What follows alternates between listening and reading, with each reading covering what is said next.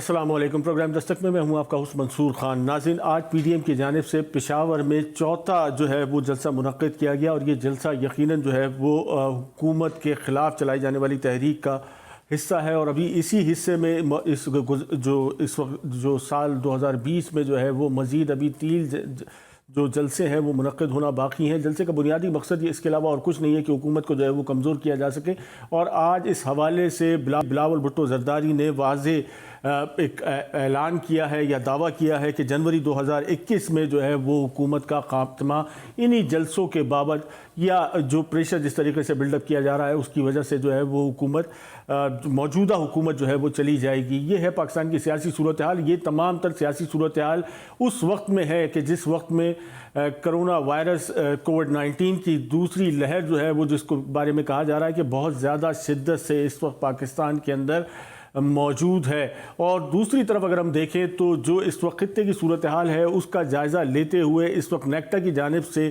ایک بڑا واضح تھریڈ الرٹ جو ہے وہ جاری کر دیا گیا ہے، جس میں بہت زیادہ ڈیٹیل میں جو ہے وہ یہ ڈسکرائب کیا گیا ہے کہ کس حد تک کہاں اور کیسے جو ہے وہ اور کتنے دہشت گرد جو ہے وہ اس وقت پاکستان میں موجود ہیں اور ان کے عزائم کیا ہیں، کس حد تک پاکستان کو نقصان بنا سکتے ہیں، کس حد تک جو ہے وہ اپوزیشن کے لیڈران جو ہے وہ ان کی ٹارگٹ لسٹ پہ ہو سکتے ہیں، یا پاکستان میں دیگر جو پاکستان کی جو سینسیٹیو تنصیبات ہیں اس کو کس حد تک نقصان پہنچایا جا سکتا ہے۔ تیسری طرف بڑا اہم پہلو ہے پاکستان کی اپنی معیشت، پاکستان کے آج کے حالات، وہ یقیناً ایک بہت بڑا اہم پہلو ہے۔ آج سے پہلے جب ہم گفتگو کیا کرتے تھے تو ہم بالکل واضح فوکس کیا کرتے تھے کہ آج کی یہ سیاسی چپقلی جو ہے کیا پاکستان متحمل ہو سکتا ہے آج کے موجودہ معاشی حالات میں، لیکن آج جو ہے آپ کے پاس چیلنجز جو ہے وہ مزید بڑھتے چلے گئے ہیں، جس میں کرونا وائرس جو ہے وہ اپنی جگہ موجود ہے، دوسری طرف دہشت گردی کا جو چیلنج ہے وہ آپ کے سامنے موجود ہے۔ آج کی موجودہ حکومت اجازت نہ دینے کے باوجود پی ڈی ایم کا پشاور میں جلسہ منعقد ہونا، حکومت کہاں کھڑی ہے؟ حکومت کے رٹ جو ہے وہ کیا واقعی جو ہے متاثر ہوئی ہے؟ یہ لینینسی جو ہے اگر اس میں کوئی واقعہ پیش آ جاتا تو کون ذمہ دار ہوتا، یا اس قسم کے جو اجتماعات ہیں اس سے اگر جو وائرس ہے کووڈ-19 جو ہے وہ مزید پھیلتا ہے تو کون ذمہ دار ہوگا؟ حکومت کہاں کھڑی ہے؟ اپوزیشن کا یہ سٹینڈ جو ہے وہ کس حد تک جو ہے پاکستان میں یا ملکی مفاد میں ہے؟ اسی پہ آج ہم گفتگو کریں گے۔ ہمارے ساتھ موجود ہوں گے رہنما پاکستان تحریک انصاف شوکت بسرا صاحب، ان کے ساتھ جوائن کیا ہے رہنما ہیں جمعیت علماء اسلام کے مفتی کفایت اللہ، اور ہمیں جوائن کریں گے تجزیہ کار ہیں، سینئر تجزیہ کار ہیں جان اچکزئی صاحب۔ سب سے پہلے شوکت بسرا صاحب میں آپ سے جاننا چاہوں گا، صورتحال یقیناً بہت زیادہ پیچیدہ ہے، حکومت کو اس وقت ملٹیپل جو ہے وہ چیلنجز کا سامنا ہے، جس میں ایک بڑا چیلنج جو ہے وہ آج آپ کے سامنے اپوزیشن ہے۔ یہ وہی اپوزیشن ہے کہ جس سے رویوں میں بہتری نہ ہونے کی وجہ سے آج آپ اس حالت پہ پہنچے ہیں کہ کرونا وائرس جیسے مسئلے پر یا جو ٹیررزم دہشت گردی کا جو ایک بڑا واضح خدشہ آپ کے ساتھ موجود ہے، آپ کسی بھی سطح پر ان کو کنونس کرنے میں ناکام رہے ہیں۔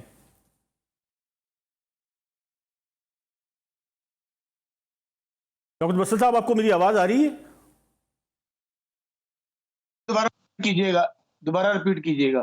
میں نے عرض کیا حضرت کہ اس وقت جو پاکستان کو یقیناً ملٹیپل چیلنجز ہیں، کچھ عرصے پہلے صرف جو ہے معیشت کا ایک چیلنج جو ہے وہ پاکستان کو تھا، اور آج جو چیلنجز ہیں اس میں کرونا وائرس ایک بڑا چیلنج ہے، دہشت گردی کے حوالے سے جس قسم کے خدشات کا جو ہے وہ نیکٹا نے ذکر کیا ہے۔ اس تمام حالات میں حکومت کا جو رویہ رہا اپوزیشن سے، یقیناً بات چیت کی کوئی گنجائش آج نظر نہیں آتی ہے۔ آپ آگے ان جو مسائل ہیں اس کو کیسے حل کریں گے؟ آج آپ کی اجازت نہ ہونے کے باوجود جو ہے وہ ایک جلسہ منعقد ہو جاتا ہے، حکومت کہاں کھڑی ہے؟ دیکھیں منصور، پہلی بات تو یہ ہے کرونا ایسی قدرتی آفت ہے جس نے پوری دنیا کو اپنی لپیٹ میں لے رکھا ہے۔ یہ نہ کوئی رنگ دیکھتا ہے، نہ نسل دیکھتا ہے، نہ ملک دیکھتا ہے، نہ حکومت دیکھتا ہے، نہ اپوزیشن دیکھتا ہے۔ یہ سب کی قومی ذمہ داری ہے کہ ہم سب نے مل کر کرونا وائرس کو محفوظ رکھنا ہے۔ ہم کہتے ہیں democracy of the people for the people of the یہ کیا ہے؟ ہم کیا سنجیدگی کا مظاہرہ کر رہے ہیں؟ گزارش صرف اتنی ہے کہ جیسے این سی او سی نے یہ ڈیسائیڈ کیا کہ کرونا وائرس سیریس ہو رہا ہے، پھیل رہا ہے، تو فوری طور پر اعلامیہ جاری ہوا، ہمارے بھی جلسے جلوس تھے، ہم نے منسوخ کیے۔ اس کے بعد ہم سب کا یہ فرض بنتا تھا کہ ہم سب لوگ ایک بار دیکھیں، لوگوں ویسے تو میرے اللہ تعالیٰ نے سب کی حفاظت کرنی ہے، لیکن کرونا وائرس میں آپ نے دیکھا کہ بہت بڑے بڑے ممالک جہاں پہ ہیلتھ کیئر کا بڑا نظام تھا، جہاں پہ اکانومی آسمان سے باتیں کر رہی تھی، لوگ کیڑے مکوڑوں کی طرح مرے۔ ایسے ہی یہاں پر یہ اپوزیشن جو ہے یہ اتنی غیر سنجیدہ ہے. آپ کو یہ وہی اپوزیشن آپ کو یاد ہوگا جب پہلا فیز آیا تھا انہوں نے کہا جی مکمل لاک ڈاؤن کریں. عمران خان جو ہے یہ سمارٹ لاک ڈاؤن کیوں کر مسئلہ رہا صاحب ہے؟ کہیں نہ اور کہیں اس تو وقت یہ بھی ذمہ داری یہ آپ پہ بھی عائد ہوتی ہے نا. اگر اپوزیشن سنجیدہ نہیں ہے، رویوں میں اس حد تک تلخی ہے، تو کہیں نہ کہیں یہ ذمہ داری تو حکومت پہ بھی عائد ہوتی ہے کہ آپ ان کو بٹھانے میں، کنسنسس ڈیولپ کرنے میں بھائی ایٹ منصور لیسٹ صاحب قومی میں ایشوز آپ پہ کو ناکام رہے. بھائی منصور صاحب میں آپ کو یہی عرض کرتا ہوں، ہم نے اسپیکر صاحب نے تمام پارلیمانی لیڈرز کو انگیج کیا ہے کہ آئیے بیٹھتے ہیں اور متفقہ لائے عمل بناتے ہیں. اور یہ اپنے صرف 2 کلو گوشت کے لیے پوری گائے کو ذبح کرنا چاہتے ہیں. ان کا مقصد صرف یہ ہے کہ نہ کھیڈاں گے نہ کھیڈن دیاں گے. ان کی جان سے جائے بلا سے یہ لوگ کیڑے مکوڑوں کی طرح مرے. یہ پہلے بھی ان کو یہی چاہتے تھے کہ لوگ سڑکوں پر لاشیں رول رہی ہوں اور ہمارا تماشا لگے. اندازہ یہ کریں خود اپنے یہ فنکشنوں میں لوگوں کو کہتے ہیں کہ اپنا کووڈ کا ٹیسٹ کروا کر آئیں. ہم نے اپنی ذمہ داری ادا کر رہے ہیں. ان سے یہ پوچھیں ان کا ایجنڈا کیا ہے. ان کا ایجنڈا یہ ہے کہ اگر پہلی ویو سے لوگ بچ گئے اللہ تعالیٰ کے فضل و کرم سے، حکومت کی حکمت عملی سے، لوگوں کے تعاون سے، اب یہ وہی بدلہ عوام سے لینا چاہتے ہیں. اور اللہ نہ کرے منصور، میں یقین مانیے گا یہ جو سیکنڈ ویو ہے اتنی خطرناک ہے اور اس میں اتنی شدت ہے کہ میرا کنسٹیچوئنسی ساؤتھ پنجاب میں اور مفتی کفایت اللہ صاحب ابھی ایک پروگرام میں پہلے تھے، میں نے وہاں بھی بتایا کہ پچھلی ویو میں ایک بھی آدمی کی ڈیتھ نہیں ہوئی تھی ارون آباد پورٹ آباد کے اندر. 10 لوگوں کی ڈیتھ ہو چکی ہے کووڈ سے. تو ہمیں اس کو سنجیدہ لینا چاہیے.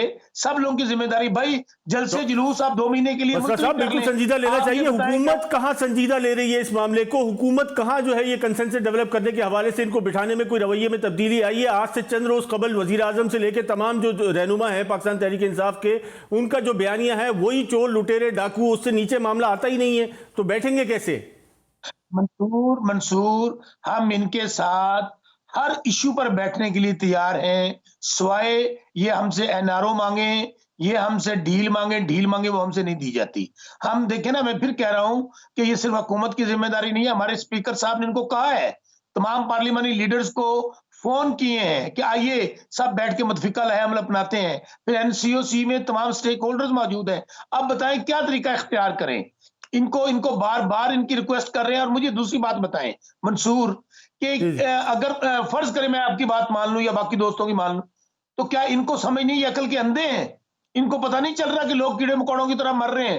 ان کو پتہ نہیں کہ اسپتالوں میں جگہ نہیں ہے؟ ان کو پتہ نہیں کہ پوری دنیا میں دوبارہ لاک ڈاؤن ہو چکا ہے؟ یہ کس صاحب مرض وہ کی بھی تو دعا دیکھ ہے؟ رہے ہیں نا، ایک کیا ہفتے یہ پہلے ان کے جلسہ حکمران منعقد ہونے سے ایک ہفتے پہلے تک جو ہے وہ حکومت کے جلسے جلوس جاری تھے. گلگت بلتستان میں میلہ لگا ہوا تھا، سب کچھ صحیح تھا. 27 آج کی تاریخ سے 4-5 روز قبل تک جو ہے وہ سب کچھ صحیح تھا. اب ان کا جلسہ آیا تو کرونا جو ہے وہ اپنی پیک پہ چلا گیا. نہیں منصور بھائی، نہیں یا کریکٹ کر لیں اپنے آپ کو. این سی او سی کی میٹنگ کے بعد جو ریکمنڈیشنز آئیں، اس کے بعد ہم نے یہ کہا کہ 300 تک گیدرنگ کریں، وہ بھی اوپن گیدرنگ ہونی چاہیے. شادیوں کے حوالے سے یا کہیں بھی گیٹ ٹو گیدر کرنی ہے. اس کے بعد ہم نے اسکولوں میں ایس او پیز کو سخت کیا. ہر جگہ پہ ہم نے تو وہ چیزیں دوبارہ لے کر آ رہے ہیں. اور ابھی ایون کہ لاہور کے اندر میں بیٹھا ہوں، یقین مانے کچھ ایریاز کے اندر سمارٹ لاک ڈاؤن شروع ہو گیا وہاں پہ. اور دوسری بات یہ ہے، کیا مجھے بتائیں جلسے جلوسوں میں اگر ہم نے تو کینسل کر دی این سی او سی کی سفارشات کے بعد. دوسری بات یہ ہے، کیا آپ جلسے جلوسوں کے اندر لوگوں کو پابند رکھ سکتے ہیں کہ وہ ماسک پہن کے آئیں، سوشل ڈسٹینسنگ کریں، کیا وہ سینیٹائزر استعمال کریں؟ نہیں ہو سکتا. اس لیے یہ لوگ کسی بھی حال میں کہیں نہ کہیں یہ ذمہ داری تو آپ پہ عائد ہوگی نا، یہ سوچنا کہ لوگوں کو پابند کیسے کرنا ہے، چاہے وہ جلسہ گاہ میں ہو، شاپنگ مال میں ہو یا بازار میں ہو. مفتی کفایت اللہ ہمارے ساتھ ہیں.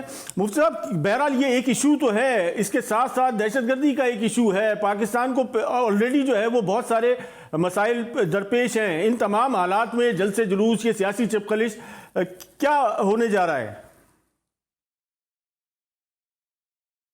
بسم اللہ الرحمن الرحیم. منصور، سب سے پہلے میں آج ایک واقعے پر افسوس کرنا چاہوں گا کہ میاں نواز شریف صاحب کی والدہ وفات پا گئی ہیں. اللہ تعالیٰ انہیں جنت فردوس میں جگہ نصیب فرمائے اور تمام پسماندگان کو صبر نصیب فرمائے. اس کے بعد میں ایک اور اضافہ کروں گا. کل خادم حسین رضوی صاحب کا ایک جنازہ ہوا ہے، تو ختم نبوت کے لیے ان کے تمام خدمات کو خراج تحسین پیش کرتا ہوں. اور ان کے پسماندگان کے لیے بھی صبر کی دعا کرتا ہوں اور ان کے لیے بھی جنت میں اعلیٰ درجے کی دعا کرتا ہوں۔ اس کے بعد میں آتا ہوں شوکت بصرہ صاحب کی تھوڑی سی خبر لینا ضروری ہے۔ دیکھیں یہ تعلیم یافتہ قسم کا کرونا ہے نا۔ آج سوات میں محترم جناب سراج الحق صاحب کا جلسہ تھا، ان کو اجازت تھی، اس سے کرونا نہیں پھیلا۔ کل امین گنڈاپور صاحب نے گلگت کے اندر جلسہ کیا ہے۔ میں تو نہیں سمجھتا کہ شوکت بصرہ صاحب بے خبر آدمی ہوں گے، میں تو یہ سمجھتا ہوں اس کی تمام حالات پہ نظر ہے۔ تو علی امین گنڈاپور صاحب نے کل جلسہ کیا ہے گلگت میں، تو وہاں بھی کرونا نہیں تھا۔ میں ان کا ریکارڈ درست کرانا چاہتا ہوں کہ کچھ عرصہ پہلے لہر آنے کے بعد ان کے 3 جلسے ہوئے، سوات میں ہوا ہے، ان کے گلگت میں پوری کمپین چلی ہے، اور ساتھ ساتھ حافظ آباد کے اندر جلسہ ہوا ہے۔ اب جب آپ حکومت، حالانکہ جلسے حکومت کی ضرورت نہیں ہوتی ہے، پوزیشن کی ضرورت ہوتی ہے، ان کو وہ تو پہنچ گئے ہوتے ہیں ایک مقام پر۔ اب جب یہ تعلیم یافتہ قسم کا کرونا ہے کہ وہ نہیں پھیلتا حکومت کے جلسوں سے اور اپوزیشن کے جلسوں سے پھیلتا ہے، تو پھر یہ سوال پیدا ہوتا ہے کہ کہیں آپ کرونا کی پیچھے چھپ تو نہیں رہے، وہ تو نہیں ہو رہا۔ دیکھو ایک سیاست ہے اور ایک صحت ہے، جان ہے تو جہان ہے۔ ٹھیک ہے، ہم سیاست پر ڈائلاگ نہیں کرنا چاہتے یا ابھی نہیں کرنا چاہتے، اس کی پوری بات پی ڈی ایم والے کریں گے، وہ متفقہ ان کے فیصلے ہوتے ہیں، لیکن صحت پر تو بات ہو سکتی ہے نا۔ اب اپوزیشن میں اور حکومت میں ذمہ داری کس کی ہوتی ہے؟ بصرہ صاحب تو بہت زیادہ ہوشیار آدمی ہیں، یہ وہاں بھی دفاع کر لیتے ہیں جہاں ان کو نہیں کرنا چاہیے۔ کوئی چیزیں ایسی ہوتی ہیں منصور کہ جہاں پارٹی سے بالاتر سوچنا پڑتا ہے، وہ تب ہوتا ہے کہ جب مذہب کے لیے کوئی ایسی مصیبت آ جائے یا یہ کہ قوم کے لیے کوئی مصیبت آ جائے، وہ کرونا کی مصیبت ہے۔ اور پچھلی دفعہ ہم نے بالغ نظری کا مظاہرہ کیا ہے۔ آپ اندازہ لگائیں، اس پر آپ ناراض نہ ہوں، کہ بنیادی ذمہ داری ہوتی ہے حکومت کی کہ وہ اپوزیشن سے مذاکرات کرتے ہیں کہ چلو آپ سیاست پہ نہ کریں تو آپ صحت پہ کر لیں، تو ایسا بھی تو نہیں ہوا۔ اللہ تعالیٰ نے ہمیں ایسا وزیر اعظم دیا ہے کہ گلگت بلتستان کے حساس موضوع پر جب لوگوں کو بلایا گیا تو ان کی سیٹ خالی تھی، وہاں جرنیل صاحب بیٹھے ہوئے تھے، اور جب وہ تشریف لے جا رہے تھے اقوام متحدہ میں بیان کرنے کے لیے، تو یہ ضرورت محسوس نہیں کی کہ یہاں کی قومی قیادت کو جمع کر دیا جائے اور ایک موقف اختیار کیا جائے۔ ایسا میں تو احترام سے بات کروں گا، ہمارے قوم بنتی ہے تمام طبقات سے، لیکن میری رائے یہ ہے کہ آئندہ کے لیے آپ کسی کو وزیر اعظم بنانا چاہتے ہو تو آپ ضرور بناؤ، تاجر کو بھی بناؤ، آپ ٹیچر کو بھی بناؤ، آپ ڈاکٹر کو بھی بناؤ، آپ مزدور رہنما کو بھی بناؤ، زمیندار کو بناؤ، خدا کے لیے کرکٹر کو نہ بناؤ۔ اس کے ذہن میں ہوتے ہیں مخالف فریق کی وکٹیں اڑانا، اور آج کل عمران خان قوم کی وکٹیں اڑا رہا ہے اور قوم بہت پریشان ہے۔ میں سمجھتا ہوں کہ میرا جو وزیر اعظم، میرا بھی وزیر اعظم ہے، اس کے گردن میں بہت سارے سریے ہیں جس کا جواب ہمارا بصرہ نہیں دے سکتا۔ اب وہ سریے ہٹیں گے۔ میں نے ان سے ایک اور ٹی پر سوال کیا، آپ کے سامنے بھی کر لیتا ہوں۔ میں نے کہا کیا عمران خان مولانا فضل الرحمان صاحب کو کورونا کے معاملے میں بات کریں گے؟ تو یہ تو وہاں جواب نہیں دے سکے۔ جب ایسی پوزیشن ہو تو آپ قوم کو کہاں لے جا رہے ہو؟ کوئی ایسی جگہ نہیں ہے کہ جہاں ہم مل کر بیٹھ سکیں اور کوئی بات کر سکیں۔ ایسی پوزیشن اب ہے، تو آپ نے مکمل طور پہ کنفیوز کر دیا ہے۔ اگلا موقف میرا یہ ہوگا، دوسری طرف آپ کا نیریٹو ہے، بچا کیا ہے قوم کو پتہ نہیں ہے۔ یہ شدت کی لہر جو ہے وہ کس حد تک جو ہے وہ اس وقت پاکستان میں لوگوں کو افیکٹ کرے گی، مطلب ایک انتہائی کنفیوژن کا ماحول ہے۔ میں اس کو سمجھتا ہوں اور میں چاہتا بھی ہوں کہ اس پر کوئی پیش قدمی ہو جائے، لیکن میں اپنے وزیر اعظم کے بارے میں کیا یہ مجھے کہتے کہ اسپیکر اسد کیسر نے ایسا کیا، بھئی ذمہ داری تو عمران خان کی ہے۔ عمران خان کی ذمہ داری ہے، آپ اس کا غرور توڑ سکتے ہو، آپ اس کا تکبر نیچے لا سکتے ہو۔ وہ قوم کے لیے کیا اپوزیشن سے بات کرے گا؟ جو آدمی کہتا ہے چور ہے، لٹیرے ہیں، اناروں نہیں دوں گا، اس کے منہ میں گالی ہے، سیدھی بات نہیں کرتے، تو کس طرح آپ قوم کو ایک ساتھ کر سکتے ہیں، ایک پیج بھی لے سکتے ہیں؟ میں شوکت بصرہ صاحب ایک اچھے آدمی ہیں، ان کے لیے میں نے ایک شعر رکھا ہوا ہے، وہ جو عالی ظرف ہوتے ہیں ہمیشہ جھک کے ملتے ہیں، صراحی سرنگو ہو کر بھرا کرتی ہے پیمانہ۔ ناظرین گفتگو اس سلسلے کو یہیں سے آگے بڑھائیں گے، ایک مختصر سے بریک لیتے ہیں، بریک کے بعد دوبارہ حاضر ہوتے ہیں۔ یقیناً پاکستان میں اس وقت جس چیز کی ضرورت ہے اس میں مشاورت کی اور کنسنسس ڈیولپ کر کے جو ہے وہ ایٹ لیسٹ قومی ایشوز پر یا جو اس وقت ریاست کو جو درپیش مسائل ہیں ان پر جو ہے وہ کہیں نہ کہیں کنسنسس جو ہے وہ بہت زیادہ ضروری ہے، لیکن جو درپیش حالات ہیں یا چپقلش کے جو ماحول ہے اس میں کسی قسم کا کوئی ہمیں بہتر رویہ جو ہے وہ نہیں دکھ رہا ہے۔ ایک مختصر سا بریک لیتے ہیں، بریک کے بعد دوبارہ حاضر ہوتے ہیں۔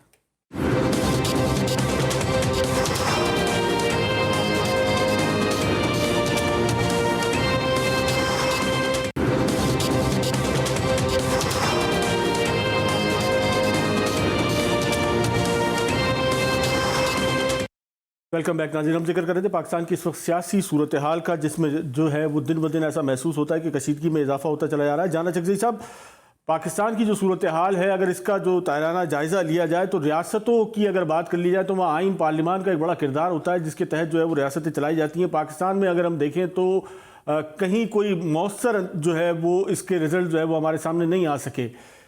کیا سمجھتے ہیں آج کی صورتحال کے بعد یا جس تیزی سے یہ سلسلہ آگے کی طرف بڑھ رہا ہے، کوئی فریق پیچھے ہٹنے کے لیے تیار نہیں ہے، جو ریاستی ستون ہیں ان کو للکارا جاتا ہے، یہ ساری صورتحال ہمیں کہاں لے کے جائے گی؟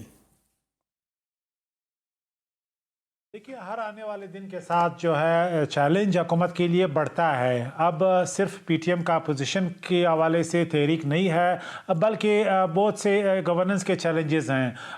خود کورونا دیکھیے ایک سیکنڈ لہر ہے، گورنمنٹ کے اب بس میں نہیں رہا کہ کس طرح اس کو ہینڈل کیا جائے۔ خود جو بیانیہ حکومت کا ہے اس سے بھی پتہ چل رہا ہے کہ حکومت کنفیوز ہے۔ ایک طرف خود جلسے کر کے اس کوڈ کو وائلیٹ کر رہی ہے جو یہ سمجھتی ہے کہ اپوزیشن کو آنر کرنا چاہیے کورونا کے حوالے سے۔ دوسری طرف لوگ اس کو لائٹ لے رہے ہیں، وہ حکومت کے میسج کو سیریس نہیں لے رہے ہیں اور سمجھتے ہیں کہ حکومت کورونا کے نام پہ سیاست کر رہی ہے، تو یہ خود حکومت کے لیے مشکلات اور بڑھانے جا رہی ہے، جبکہ ریئل اس کے افیکٹ ہم سب کے سامنے ہیں، جس طریقے سے کورونا کے نمبرز ہر روز بڑھ رہے ہیں۔ اس کے علاوہ گیس کی صورتحال اب بلوچستان میں دوسرے علاقوں سے شکایتیں آ رہی ہیں جہاں پہ سردی زیادہ ہے، گیس کی پریشر کم ہو گئے ہیں، گیس لوڈ شیڈنگ شروع ہونے والی ہے۔ یہ ایک دوسرا کرائسس ہے جو حکومت اس وقت نظر نہیں آ رہا کہ تیار ہوگی۔ اب آربیٹر بھی نہیں ہے، کوئی نیوٹرل امپائر بھی نہیں ہے، کون درمیان میں آئے گا، کون مداخلت کرے گا، کون ان سیاسی اپوزیشن اور گورنمنٹ کے درمیان مذاکرات کے لیے راستہ ہموار کرے گا۔ کوئی ایشو نہیں ہے جس پہ دونوں فریقین کنورج ہو سکتے ہیں، دونوں طرف سے سخت جو ہے موقف ہیں۔ اب اس موقف میں مجھے نہیں لگ رہا کہ کوئی ایک ایسی بریک تھرو ہونی جا رہی ہے جس سے آپ کو لگے کہ واقعی بحران جو ہے وہ سمٹنے جا رہا ہے۔ اچھا صاحب، ماضی میں تو ہم دیکھتے تھے نا کہ ایک تیسرا فریق ہوتا تھا، وہ کہیں نہ کہیں آربیٹریٹر کا جو ہے رول پلے کرتا تھا اور چیزیں سیٹل ہو جاتی تھی۔ آج تو فریق بھی 3 ہو گئے ہیں۔ کوئی شک نہیں ہے کہ ماضی میں اسٹیبلشمنٹ کے حوالے سے ایک کردار رہا ہے کہ جب بھی کرائسس کے پوائنٹ آف نو ریٹرن پہ پہنچ جاتے تو ایک انٹرونشن ہوتا اور ایک نیوٹرل آربیٹر کے طور پہ ان کا ایک کردار ہوتا۔ اب تو آپ دیکھ رہے ہیں ہر جلسے اور جلوس میں اپوزیشن کا جو بیانیہ ہے وہ بیسیکلی فوج کے خلاف ہے، وہ فوج کے ان کے بقول سیاسی جو کردار ان کے بقول ہے ان کے خلاف ہے، اور اس بہانے یا اس عنوان کے نیچے وہ فوج کی اعلیٰ قیادت کو ملعون کر رہے ہیں، ان کو ڈائریکٹلی ان پہ اٹیک کر رہے ہیں۔ تو لازمی بات ہے اب اسٹیبلشمنٹ کم از کم نیوٹرل آربیٹر کا کردار ادا نہیں کر سکتی۔ رہ گئی سپریم کورٹ کا ابھی تک میں سمجھتا ہوں کہ یقیناً حالات کو نزدیک سے دیکھ رہے ہوں گے۔ اب اگلے ہفتوں میں مہینے میں ہمیں جو ہے حالات کی سنگینی کا اور ادراک ہوگا، پھر شاید لوگ بیٹھ جائیں گے، they will hold their nerves, they will breathe، اور وہ دیکھیں گے کہ آپ کس طریقے سے ان مسائل سے ملک کو نکالا جا سکے۔ اس میں کوئی دو رائے نہیں کہ گورنمنٹ جتنا بھی ڈاؤن پلے کرے کرائسس سیویئر ہے، اس میں دو رائے نہیں ہے کہ اپوزیشن کے پاس اتنی اسٹرینتھ ہے کہ وہ حکومت کو مفلوج کر سکتی ہے۔ ان کے ایک دن کے جلسے کا مطلب اس شہر میں کاروبار نہیں ہوتا، اس صوبے میں کاروبار نہیں ہوتا، راستے بند ہو جاتے ہیں، مشنری حرکت میں آ جاتی ہے، بزنسز بند ہوتے ہیں، اسکول بند ہو سکتے ہیں۔ یہ تمام ایک ایسے کرائسس کے سائن پوسٹس ہیں جو ہمیں بتا رہے ہیں کہ سیاسی استحکام نہیں ہے۔ شوکت بسر صاحب، یقیناً جو ہے وہ اس وقت آپ بالخصوص حکومت کی کیونکہ ذمہ داری بھی عائد زیادہ حکومت پر ہوتی ہے، آپ کو کوئی آپشن نظر نہیں آتا ہے، کہیں نہ کہیں حکومت کو رول پلے کرنا پڑے گا اور یہ جو فریقین ہیں ان کو بٹھا کے کوئی نہ کوئی جو ہے لائے عمل نکالنا پڑے گا۔ کرائسس اس میں کوئی شک نہیں ہے کہ انتہا سے زیادہ شدید ہیں۔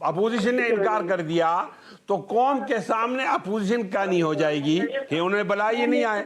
یہ بلانے والے ہی نہیں ہے. کشمیر پر بلایا نہیں بلایا, اقوام متحدہ میں گئے نہیں بلایا, یہاں تک کہ جب گلگت بلتستان پر سیاسی قوتوں کو جمع کیا تو وہاں خالی کرسی پڑی ہوئی تھی وزیر اعظم کی, وہاں جنرل بیٹھا ہوا تھا.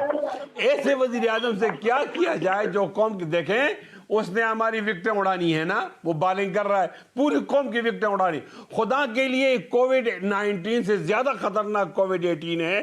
اس کا تو ماسک مل جاتا ہے نا, اس کا ماسک بھی نہیں ملتا. ہمیں کووڈ-18 سے بچانے کے لیے منصور آپ کے حوالے سے عرض کریں, ہمیں کوئی ماسک دے دو, اس سے ہمیں بچاؤ تاکہ قوم کوئی اچھا دن دیکھے. میں آپ سے یہی گزارش کرتا ہوں, ایک جملہ یہ بولے کہ کیا وزیر اعظم Imran Khan P D M کے سربراہ مولانا فضل الرحمان صاحب کو سیاست میں نہیں, کرونا میں ان سے مدد مانگیں گے, ان سے بات کریں گے؟ جواب نہیں. قاضی صورتحال جو ہے وہ یقیناً اسی طریقے سے پیچیدہ ہے. پاکستان کے سیاسی رویوں میں ہم نہیں دیکھ رہے ہیں کہ کسی قسم کی کوئی خاص تبدیلی ہو. کرونا کی جو اس وقعیت ہے اس کو نہیں کہا جا سکتا. اس وقت ایک عام فہم آدمی تو میرے خیال میں بہت زیادہ مشکل ہے کہ اس کو ریئلائز کر سکے کہ کیا واقعی کرونا اسی حد تک جو ہے وہ شدت کی ہے یہ دوسری لہر, یا کیا صورتحال ہے, یا صرف یہ سیاسی داؤ پیچ کا جو ہے وہ ایک نمونہ ہے. اس پر مزید گفتگو کریں گے. ایک مختصر سا بریک لیتے ہیں, بریک کے بعد دوبارہ واپس آتے ہیں.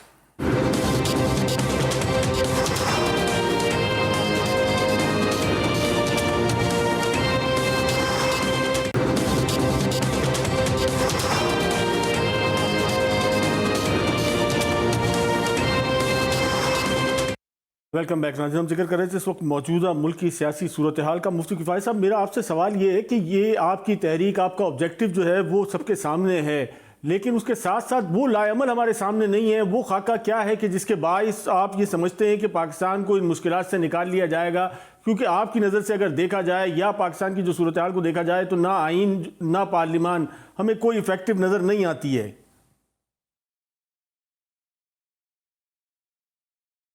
آپ کے سوال سے اتفاق کرتا ہوں. ایسے اینکر ہونے چاہیے جو اس طرح سوال کریں, جو مسئلے کو حل کریں. ایک مشکل ہے نا, وہ یہ کہ اس سے پہلے ہمارے جرنیلوں کی یہ پوزیشن ہوتی تھی کہ کوئی مشکل آتا تو وہ غیر متنازع لوگ ہوتے تو لوگ ان کی طرف رجوع کرتے اور وہ اس مشکل میں قوم کو حل کا راستہ نکالتی. مجھے یاد ہے, اگر آپ کا حافظہ بھی کام کرتا ہے, جنرل غلام اسحاق خان اور میاں نواز شریف صاحب کے درمیان ایک بحران پیدا ہو گیا تھا. تو جنرل وحید کاکڑ صاحب اس وقت برسر روزگار تھے, انہوں نے دونوں کے درمیان ایک مصالحت کا راستہ نکالا. ٹھیک ہے, اس پر آپ تبصرہ کر سکتے ہیں وہ ٹھیک تھا غلط تھا, لیکن امید تھی. اب تو مشکل یہ ہے کہ جو ثالث تھا وہ فریق بن گیا. بالکل. کس طرح فریق بن گیا؟ یعنی پچھلی دفعہ وہ دھاندلی اس طرح کراتے تھے کہ قومی اسمبلی والے کو 20,000 ووٹ دیتے کہ آپ یہ اپنی ڈرواؤ, صوبائی والے کو 10,000 دیتے کہ جو ہمارا فیورٹ ہے وہ 20 سے گنتی شروع کرے. اس دفعہ انہوں نے سارے ہی عمل تبدیل کیا, لوگوں کو باہر نکالا, خود ٹپے لگا دیے. اب یہ فریق ہو گئے, لہذا اب جھگڑا اس سے نہیں ہوگا جو پالتو ہے, جھگڑا اس سے ہوگا جو لانے والا ہے. ان کو ایسا نہیں کرنا چاہیے تھا, یہ ہمارے قوم کے لیے اچھا شگون نہیں ہے. اب جو لوگ آئے ہیں ان کا چورن پرانا ہے, آپ چور ہو. ہم ان سے کہتے ہیں آپ نے کشمیر کیوں بیچا, وہ کہتے ہیں آپ چور ہو. ہم کہتے ہیں کہ انڈیا کو سلامتی کونسل کا ووٹ کیوں دیا, وہ جواب میں کہتے ہیں کہ آپ چور ہو. مودی کے جیتنے کی دعا کیوں کیا آپ نے, وہ کہتے ہیں آپ چور ہو. جواب ملتا ہے حربیار مری کا آپ نے وکالت کیوں کی گریٹر بلوچستان کے لیے, جواب ملتا ہے کہ آپ چور ہو. اب یہ بتاؤ کہ آٹا کیوں مہنگا ہو گیا, آپ چور ہو. ڈالر کیوں مہنگا ہو گیا, آپ چور ہو. تیل کیوں مہنگا ہوگا, آپ چور ہو. ٹماٹر کیوں مہنگا ہو گیا, آپ چور ہو. بجلی گیس آپ چور ہو.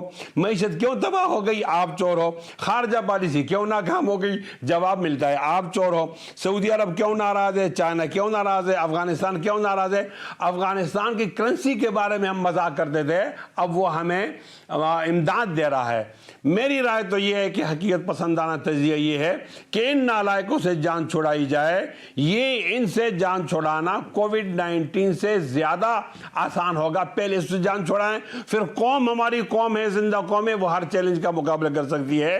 اس میں کچھ لوگوں کو آپ سامنے آنا ہوگا. اس لیے ڈیڈ لاک سے تو مسئلہ حل نہیں ہوگا, لیکن میں یہ شکایت کرتا ہوں کہ جن کو ثالث ہونا چاہیے تھا وہ فریق بن گئے, اس لیے آپ کو تھوڑی کنفیوژن نظر آتی ہے. جان چکزئی صاحب, کنفیوژن تو اپنی جگہ موجود ہے, مجھے کیا نظر آ رہی ہے اس وقت پوری قوم کو نظر آ رہی ہے, کیا کہیں گے آج کی صورتحال پہ؟